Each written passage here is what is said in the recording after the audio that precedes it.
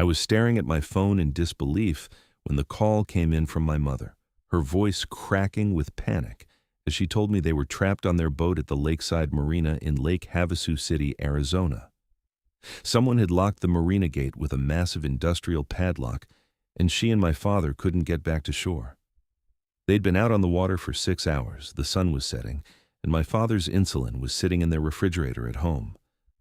This wasn't just an inconvenience. This was a legitimate emergency, and I could hear the fear in her voice as she explained they'd already tried calling the Marina office, the HOA, and even the gate company.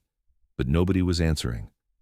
My name is Connor Irving, and I've been the fire chief of Lake Havasu City Fire Department for the past 8 years. I'd seen my fair share of emergencies, from wildfire evacuations to water rescues on the Colorado River. But I never imagined I'd be dealing with one involving my own parents because some bureaucratic nightmare had literally locked them out of safety. The Lakeside Marina community was one of those upscale waterfront neighborhoods where every house came with a boat slip, perfectly manicured lawns, and apparently an HOA with enough power to make residents' lives miserable. I grabbed my keys and headed straight for the marina, my mind racing through the options. As fire chief, I had authority to breach barriers in emergency situations, but I also knew that HOAs could be vindictive, especially when someone challenged their authority. I dealt with the Lakeside Estates HOA before during a structure fire 2 years ago when they'd actually tried to bill a resident for the damage our crews caused breaking down their door to save their life. The president back then had been bad enough, but I'd heard through the grapevine that the new president, Patricia Carmichael, made her predecessor look reasonable by comparison. The drive to the marina took 15 minutes, and I spent every second of it on the phone with my mother, keeping her calm while my father sat in the captain's chair, rationing the last of their water.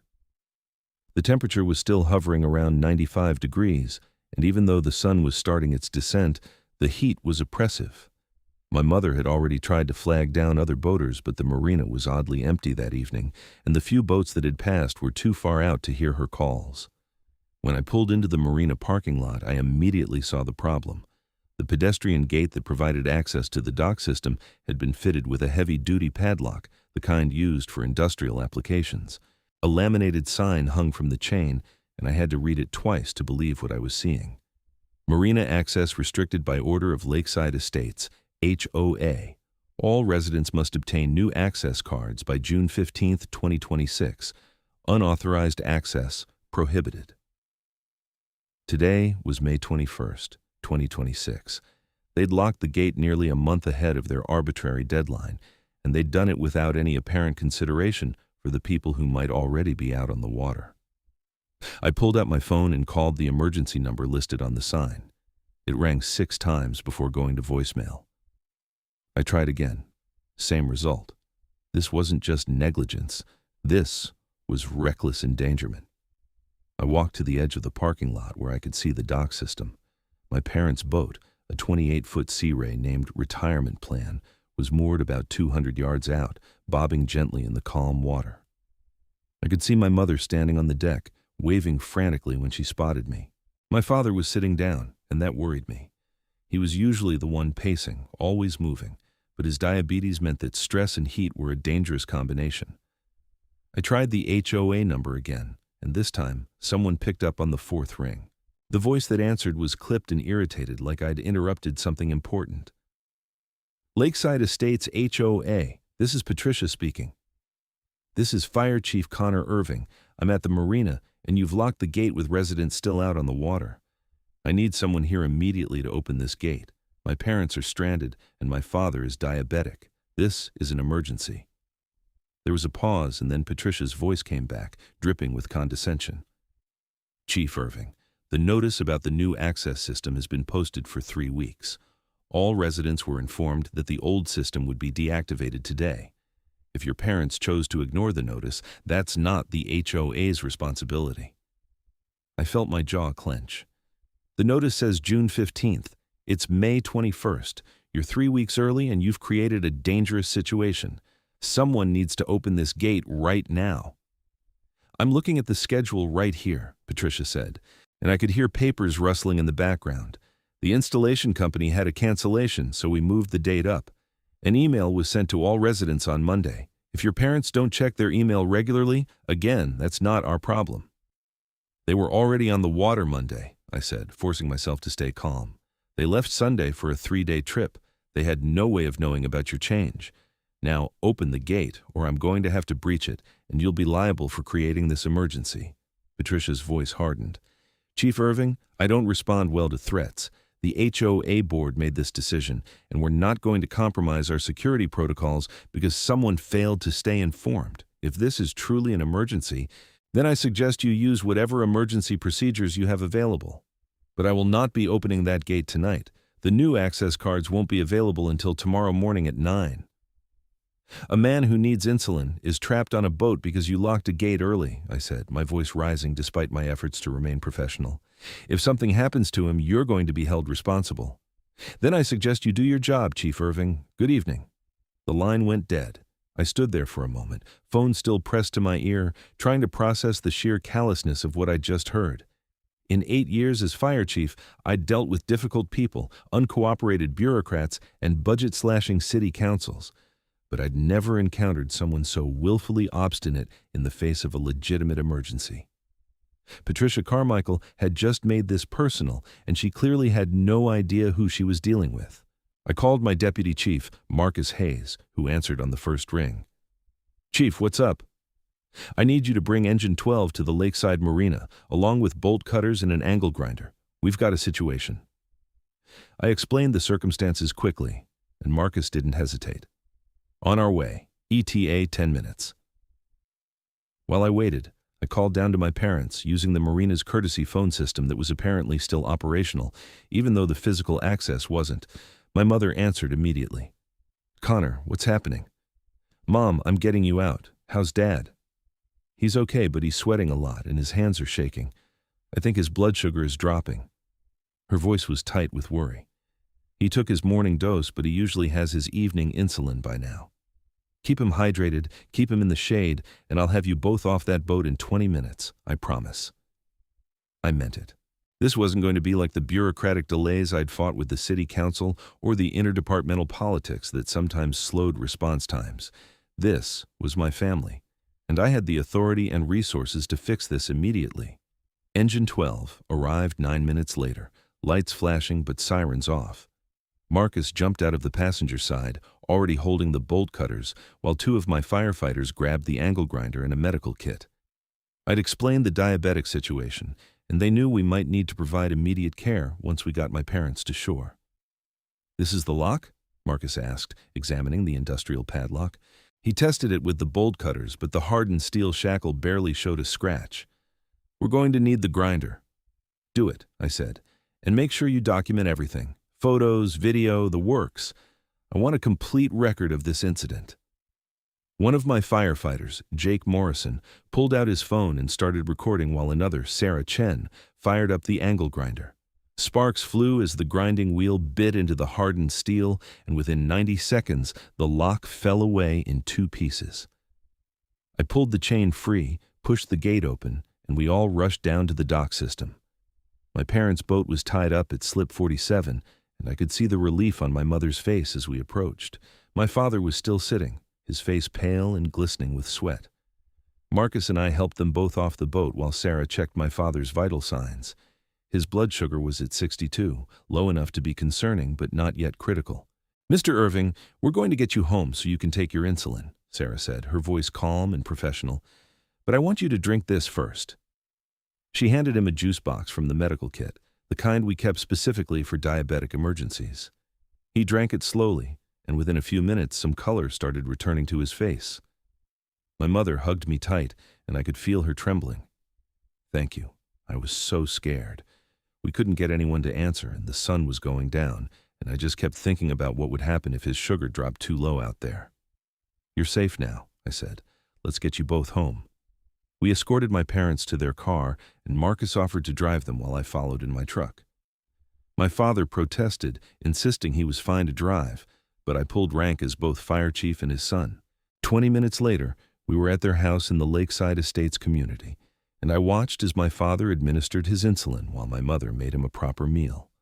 The color had fully returned to his face, and the shaking in his hands had stopped.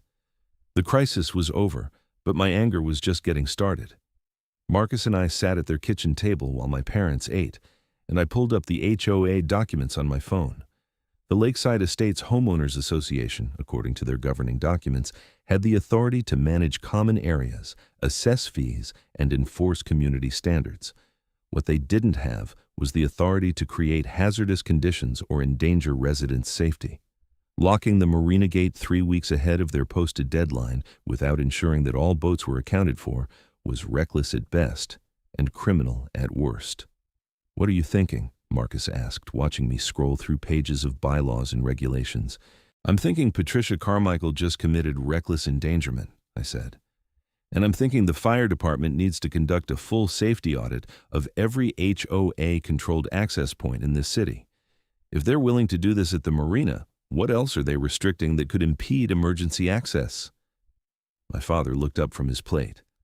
"Connor, I appreciate what you did tonight, but you don't want to go to war with the HOA. These people are vindictive. They fined the Petersons $1,500 because their grass was a 1/4 inch too tall. They made the Johnsons repaint their entire house because the shade of beige wasn't on the approved color list. If you challenge them, they'll come after you. Dad, they endangered your life. This isn't about grass height or paint colors. This is about public safety, and that's my jurisdiction." I looked at Marcus. "First thing tomorrow, I want a formal report filed. Document everything that happened tonight. Every call I made, every response time, every piece of evidence.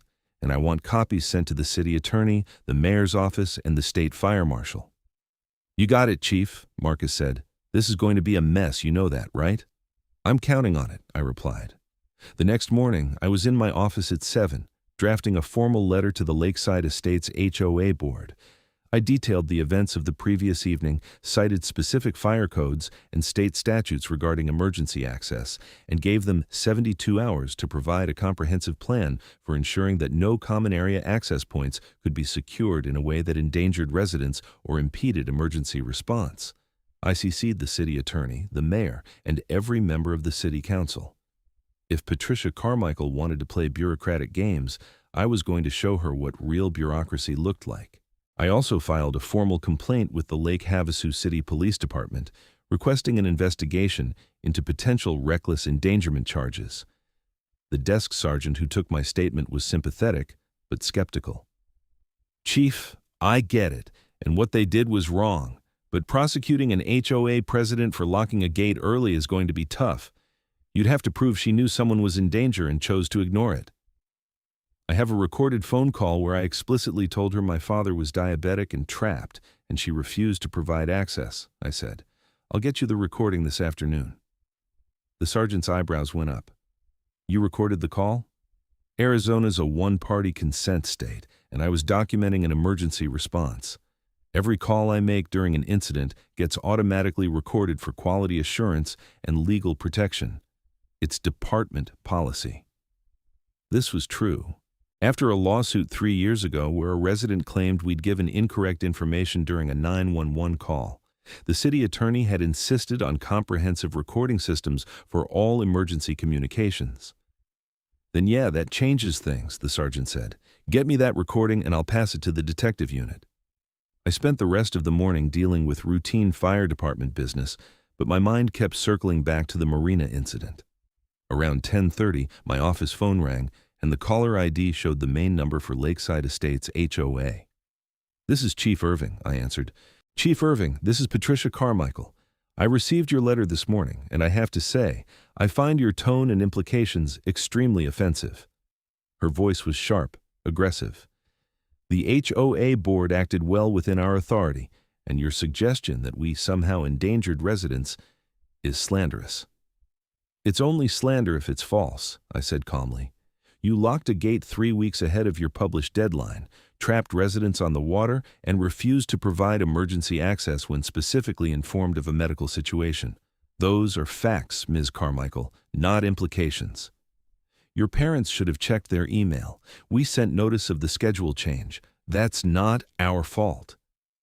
"They were already on the water when you sent that email, and regardless of notification, you don't have the authority to create hazardous conditions.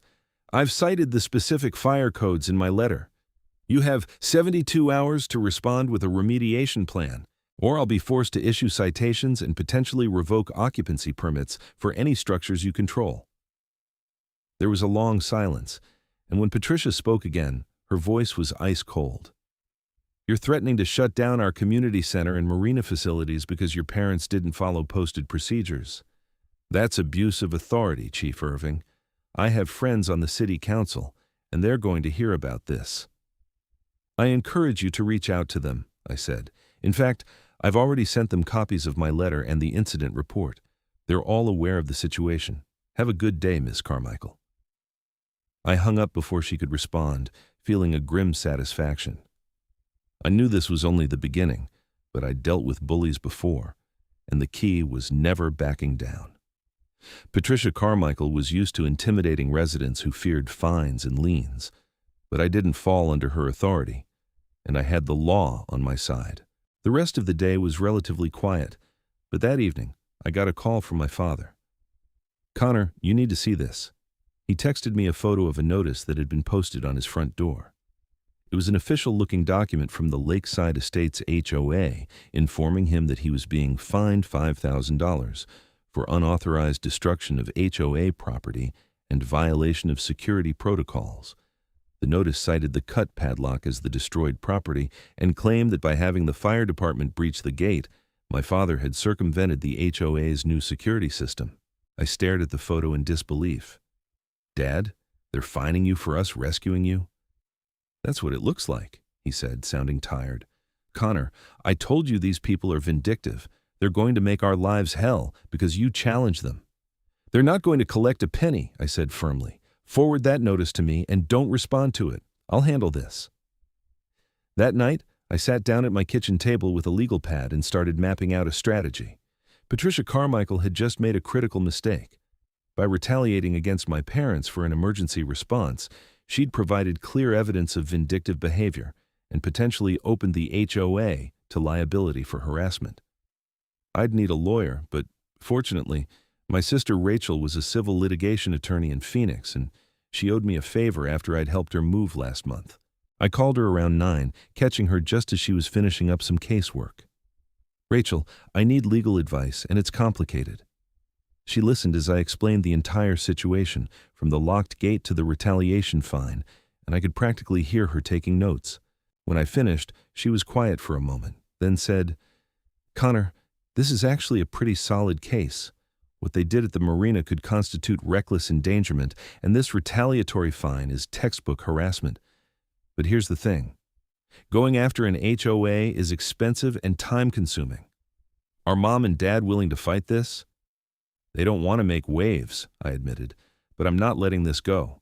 These people endangered Dad's life and then tried to punish him for surviving. If I don't push back, they'll keep doing this to other residents."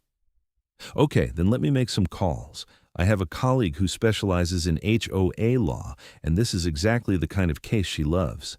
HOAs get away with abuse because most people can't afford to fight back. But if we can document a pattern of behavior, we might be able to push for broader reforms." Rachel paused. "Fair warning, though, this is going to get ugly. HOAs have deep pockets from all those monthly dues, and they'll spend every penny to protect their authority." "Let them," I said. "I've got documentation, witness statements, and a recorded phone call where Patricia Carmichael explicitly refused to provide emergency access. We're not just fighting a fine. We're fighting to make sure this doesn't happen to someone else." Over the next few days, things escalated quickly. Rachel's colleague, an attorney named Jennifer Martinez, agreed to take the case pro bono after reviewing the evidence. She filed a response to the HOA's fine, arguing that it was retaliatory and based on an emergency response protected under Arizona state law. She also filed a formal complaint with the Arizona Department of Real Estate, which oversees HOA regulations, citing the safety violations and requesting an investigation. Meanwhile, my formal letter to the HOA board had created ripples throughout the city government. The mayor, a pragmatic woman named Susan Torres, who'd been supportive of the fire department, called me into her office for a meeting. Connor, I've got 3 members of the Lakeside Estates HOA board in my office twice a day, complaining that you're abusing your authority and harassing them. What's going on? I walked her through everything, providing copies of all the documentation, including the recording of my call with Patricia. Mayor Torres listened carefully, her expression growing more serious as the details unfolded. When I finished, she sat back in her chair and shook her head. This is worse than I thought. I knew Patricia could be difficult, but this is beyond unreasonable. The problem is, HOAs are private organizations. The city has limited authority to intervene. But the fire department has authority over safety issues, I said, and I've identified at least 3 other locations in the Lakeside Estates community where access could be restricted in ways that would impede emergency response. I need to conduct a full audit, and I need the city's backing when the HOA pushes back. You have it, Mayor Torres said firmly. Schedule your audit, document everything, and if they try to block you, let me know immediately. I've been hearing complaints about this HOA for years, but nobody's ever pushed back hard enough to make a difference. If you can build a case that they're creating public safety hazards, I'll support it all the way to the state legislature if necessary. That weekend, I organized a community meeting at a local library, inviting all Lakeside Estates residents to discuss HOA issues and safety concerns. I wasn't sure what kind of turnout to expect, but when I arrived Saturday afternoon, the meeting room was packed. Nearly 100 residents showed up, and the stories they shared were infuriating. An elderly woman named Dorothy explained how the HOA had fined her $3,000 because her late husband's memorial garden violated landscaping rules. A young couple described being charged $1,500 for painting their front door blue instead of the approved shade of navy. A disabled veteran showed me citations he'd received for parking his wheelchair-accessible van on the street overnight, even though his garage wasn't large enough to accommodate it. One after another, residents stood up and shared stories of arbitrary fines, vindictive enforcement, and bullying tactics. But the story that hit me hardest came from a man about my age named David Richardson. Last year, my wife had a stroke. The ambulance couldn't get through the community gate because the HOA had changed the access code and hadn't updated emergency services. The paramedics had to break through the barrier, which delayed their response by almost 8 minutes. My wife survived, but she has permanent brain damage from the delay. The HOA refused to accept any responsibility and actually tried to fine me for the damaged gate arm. The room fell silent. I looked at David, saw the pain and anger in his eyes, and realized this was bigger than just my parents' situation. The Lakeside Estates HOA had created a culture of fear and control that was actively harming residents, and Patricia Carmichael was just the latest in a line of petty tyrants who'd been enabled by a system with virtually no oversight. I'm going to fix this, I said, standing up to address the room. I can't promise it'll be quick, and I can't promise it'll be easy, but I'm going to use every bit of authority I have as fire chief to ensure that safety comes before bureaucracy in this community. If you have stories like the ones we've heard tonight, I need you to document them. Write everything down, save every email, keep every citation notice. We're going to build a case that forces real oversight and accountability. A woman in the back raised her hand. Chief Irving, what if the HOA retaliates? I want to help, but I can't afford another fine. I'm already behind on their ridiculous assessments. They can't fine you for talking to the fire department, I said. And if they try, that's more evidence of retaliation.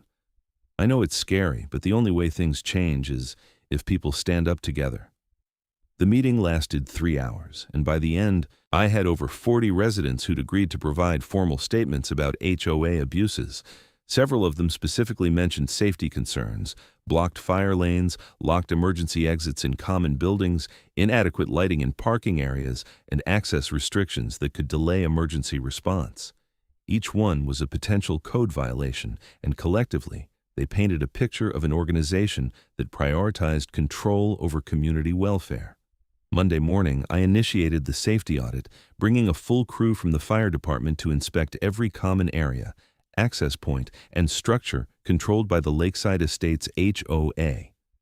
We started with the Marina, documenting the new lock system and verifying that there was no emergency override or method for trapped boaters to summon help. Then we moved to the community center, where we discovered that the emergency exits had been locked with key-only deadbolts, a clear violation of fire code. Patricia Carmichael showed up about an hour into the inspection, flanked by two other HOA board members I didn't recognize. She marched up to me while I was photographing the locked emergency exit, her face flushed with anger. "Chief Irving, this is harassment. You have no right to be here without permission from the HOA board." I held up my badge and my inspection authorization. "Actually, Ms. Carmichael, I have every right. The fire department has legal authority to inspect any building or facility to ensure code compliance. You're welcome to observe, but you can't interfere. And just so you know, this emergency exit is in violation of International Fire Code Section 1010.1.9.3. These doors are required to be openable from the inside without a key or special knowledge." "Those doors were locked for security purposes," Patricia said, her voice rising. "We've had problems with vandalism, and the board voted to secure all common areas." "Then you need to install panic hardware that allows egress while preventing entry." I said. "What you've done here is create a death trap. If there's a fire and people are trapped inside because they can't open these doors, you're liable for their deaths." One of the other board members, a middle-aged man in golf attire, stepped forward. "Chief, I'm Robert Caldwell, the HOA treasurer. I think there's been a misunderstanding here. We're trying to protect our community. If there are code violations, we certainly want to address them. Can we work together on this?" I appreciated the more reasonable tone, but I wasn't backing down. "Mr. Caldwell, I'm happy to work with anyone who's interested in safety. But these violations need to be corrected immediately, not discussed in committee meetings. I'm issuing a citation for this building, and if these doors aren't brought up to code within 72 hours, I'll be forced to revoke the occupancy permit." Patricia's eyes went wide with fury. "You can't shut down our community center over a locked door?" "I can, and I will," I said calmly. "Public safety isn't negotiable, Ms. Carmichael. The law is clear, and I'm enforcing it." The inspection continued throughout the day, and by the time we finished, I'd identified 17 separate code violations across the HOA's common properties. Some were minor, like inadequate exit signage, but others were serious. Blocked fire lanes, locked emergency exits, inadequate fire extinguisher maintenance, and access control systems that could delay emergency response. I issued formal citations for each violation, with deadlines ranging from 48 hours to 30 days, depending on severity. That evening, Jennifer Martinez called with news. "Connor, the Arizona Department of Real Estate is opening a formal investigation into the Lakeside Estates HOA. They received your complaint, plus another 43 complaints from residents in the past 72 hours. Apparently, your community meeting inspired a lot of people to come forward." "That's good, right?" I asked. "Dee, it's excellent," she said. "The Department of Real Estate has authority to audit HOA finances, review board decisions, and even remove board members if they find evidence of misconduct. But here's the really interesting part. I've been digging into the HOA's financial records, which are supposed to be available to residents. The numbers don't add up. They're collecting over $80,000 a month in dues, but their reported expenses are minimal. I think there might be financial mismanagement or even embezzlement." My stomach tightened. "Can you prove it?" "Not yet, but I've filed a motion to compel a full financial disclosure. If they refuse, it's more evidence that something's wrong. And if we do find financial impropriety, this becomes a criminal matter, not just a civil dispute." The next few weeks were a whirlwind of activity. The HOA reluctantly corrected most of the fire code violations, though Patricia Carmichael sent me a scathing letter with each compliance report, accusing me of conducting a witch hunt and abusing my authority. The retaliatory fine against my parents was formally withdrawn after Jennifer threatened a lawsuit, but the HOA refused to apologize or admit wrongdoing. Meanwhile, the Arizona Department of Real Estate investigation was moving forward, and the findings were damning. The auditors discovered that Patricia Carmichael had been using HOA funds for personal expenses, including a new car, vacation trips, and even home renovations. Over the course of 2 years, she'd embezzled nearly $200,000 from the community association. When confronted with the evidence, she tried to claim the expenses were legitimate board business, but the auditors weren't buying it. The Lake Havasu City Police Department got involved when the Department of Real Estate referred the case for criminal prosecution. Detective Sarah Williams, who handled white-collar crimes, called me for a statement about the Marina incident.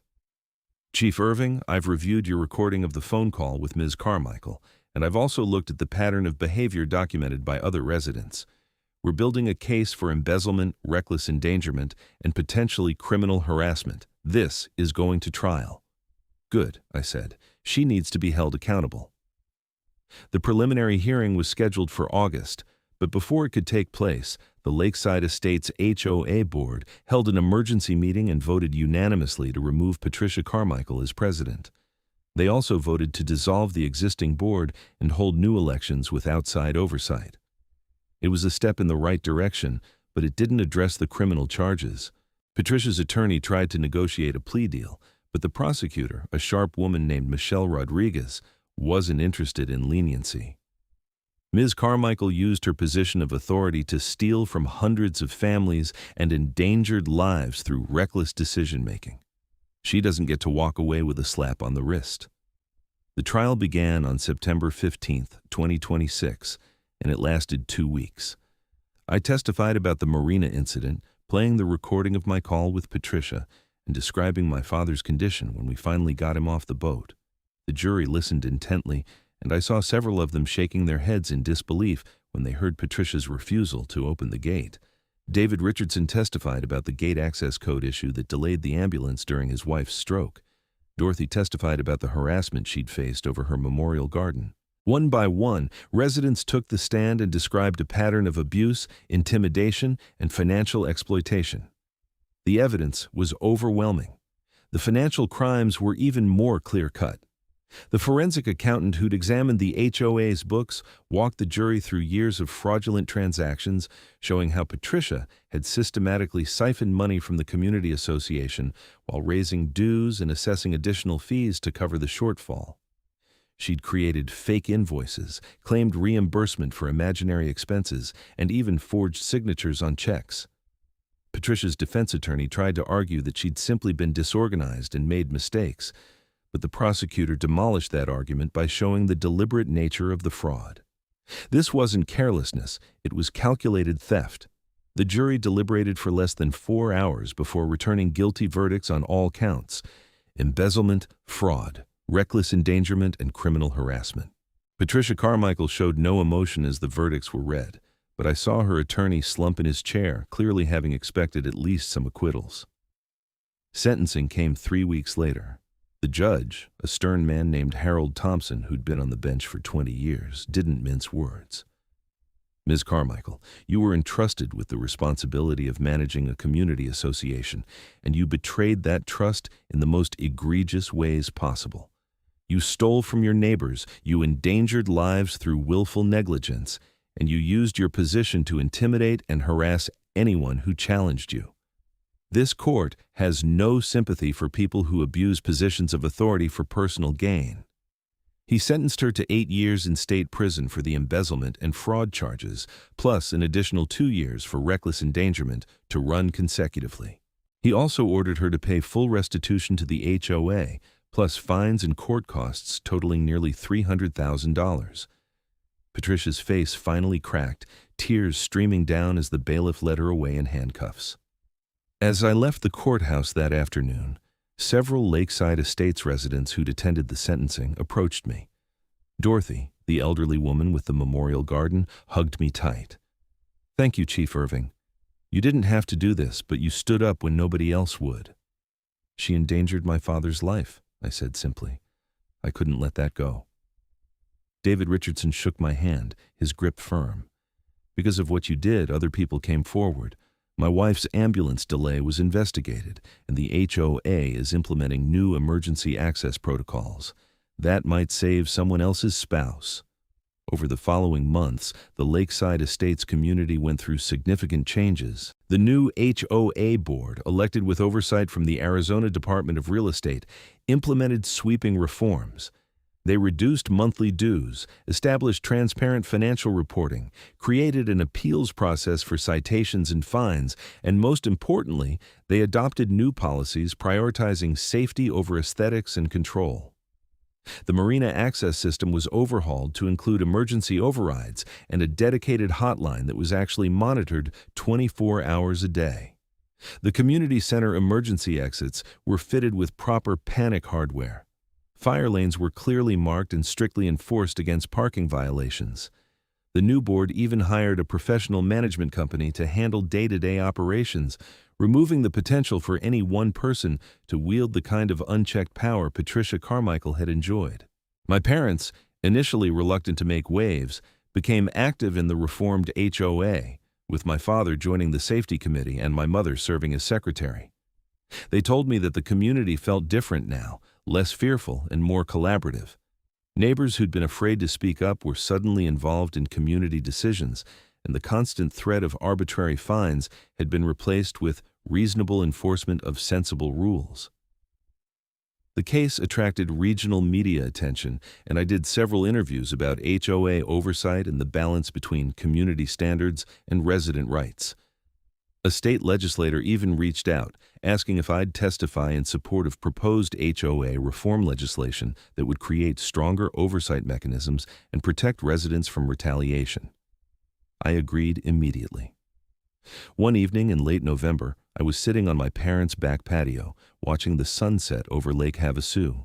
My father was grilling steaks, his insulin pump visible on his belt, a reminder of how close we'd come to tragedy. My mother brought out a pitcher of lemonade and sat down beside me. "I was thinking about last May," she said quietly. "When we were stuck on that boat, I kept thinking about all the things I'd never said to you, to your father, to your sister. It's strange how a locked gate can make you confront mortality."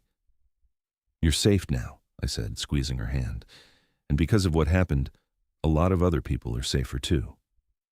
"Patricia Carmichael could have just opened the gate," my mother continued. "That's what I don't understand. It would have taken her 5 minutes to drive to the marina and unlock it. Instead, she chose to be stubborn, and that choice cost her everything." I nodded. Some people get so invested in being right, in maintaining control, that they forget basic human decency. She saw me as a threat to her authority instead of a son trying to save his father.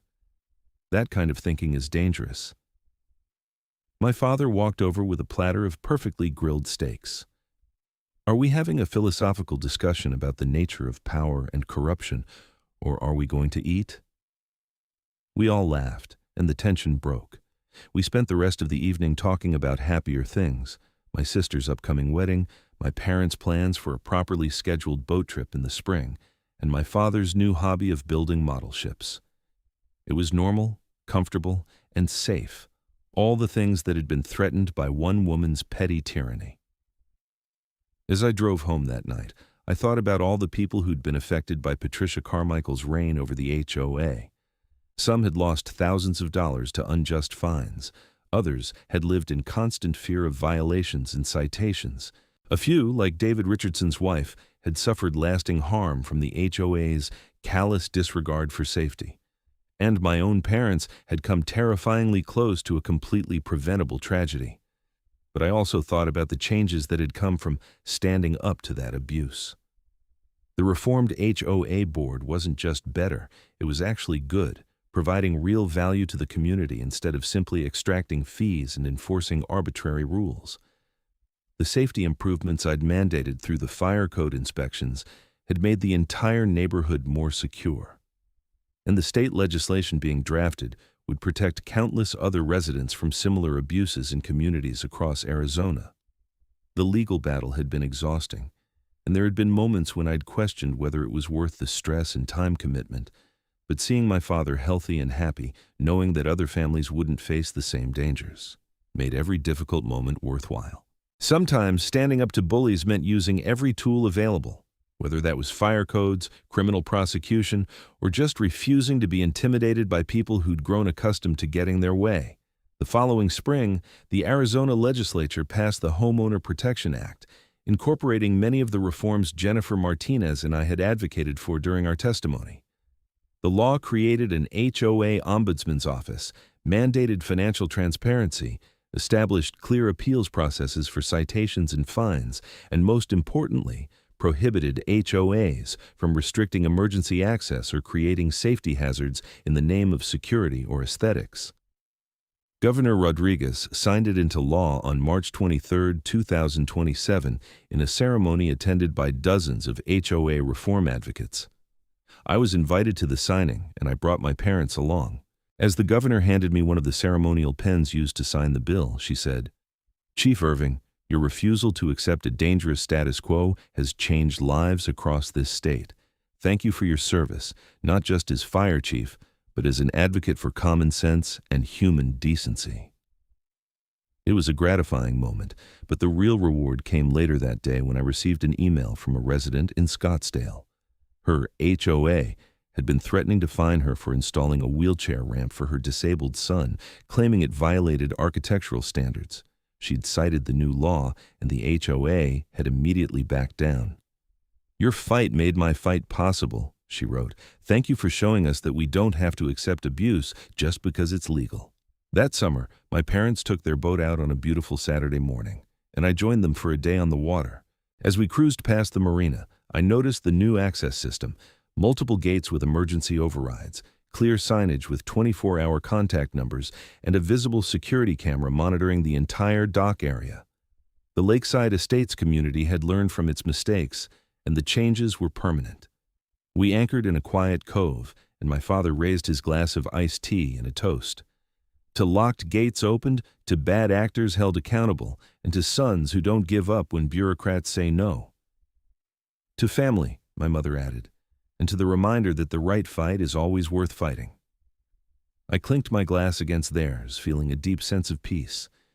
The events of the previous year had been stressful, frustrating, and at times overwhelming, but they'd also been necessary.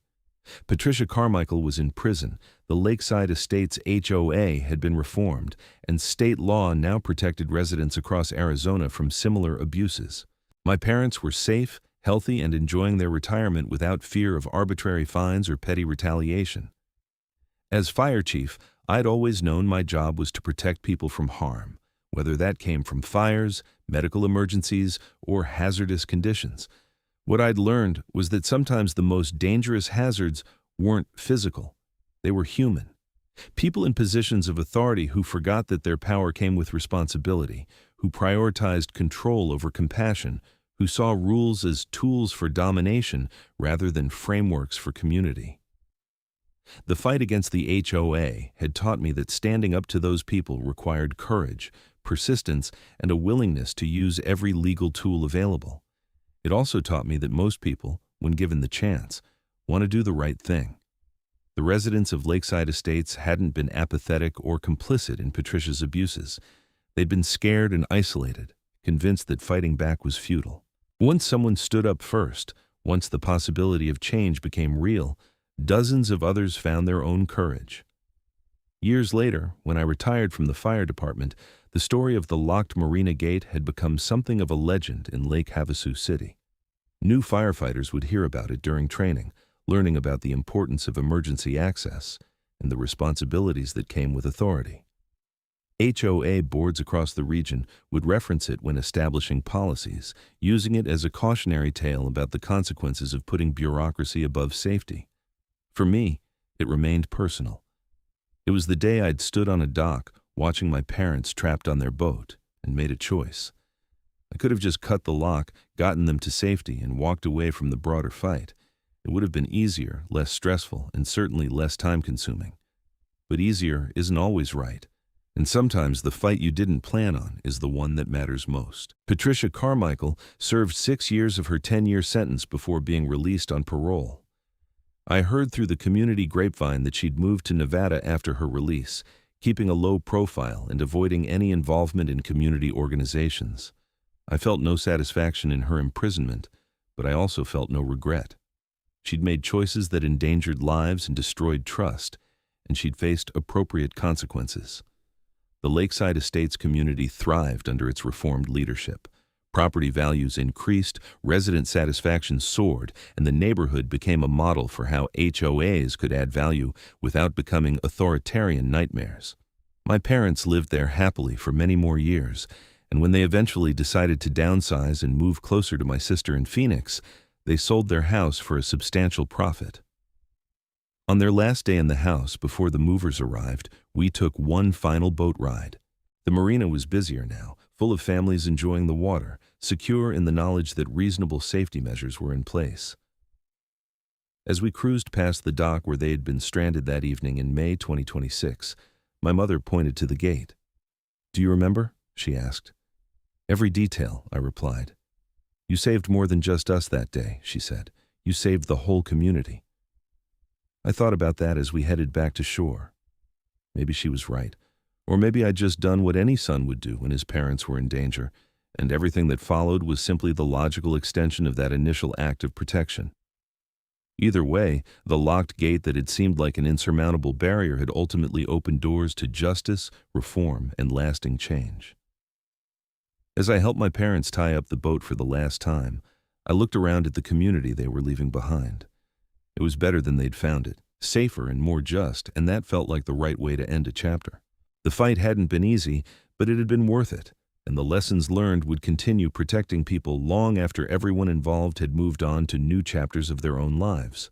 That evening, after the movers had left and my parents were settled in a hotel for their drive to Phoenix the next morning, I drove back to the marina one last time.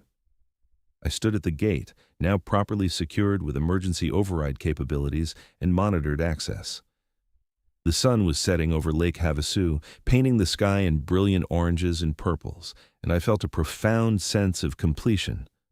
A locked gate had started this journey, but what it had really unlocked was far more important: accountability, justice, and the understanding that ordinary people, when pushed far enough, could create extraordinary change. Patricia Carmichael had thought her position made her untouchable, that the power of the HOA board gave her impunity to do whatever she wanted. She'd been wrong, and her downfall had created ripples that protected thousands of people she'd never meet. I got back in my truck and headed home, ready for whatever challenges tomorrow would bring. The locked gate was behind me, open now and forever, a reminder that barriers, no matter how solid they seem, can always be overcome when you're willing to fight for what's right.